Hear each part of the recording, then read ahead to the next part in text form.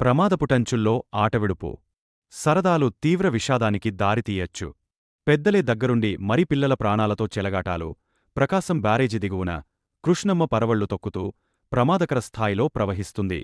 సెలవు రోజు కావడంతో పిల్లా పెద్దా అనే తేడా లేకుండా వందల మంది సీతానగరం ఘాట్ల వద్దకు వస్తున్నారు.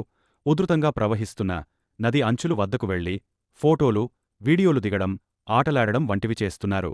ఏవైనా అనుకోని సంఘటనలు జరిగితే బాధ్యులెవరు? స్థానిక మత్స్యకారులే.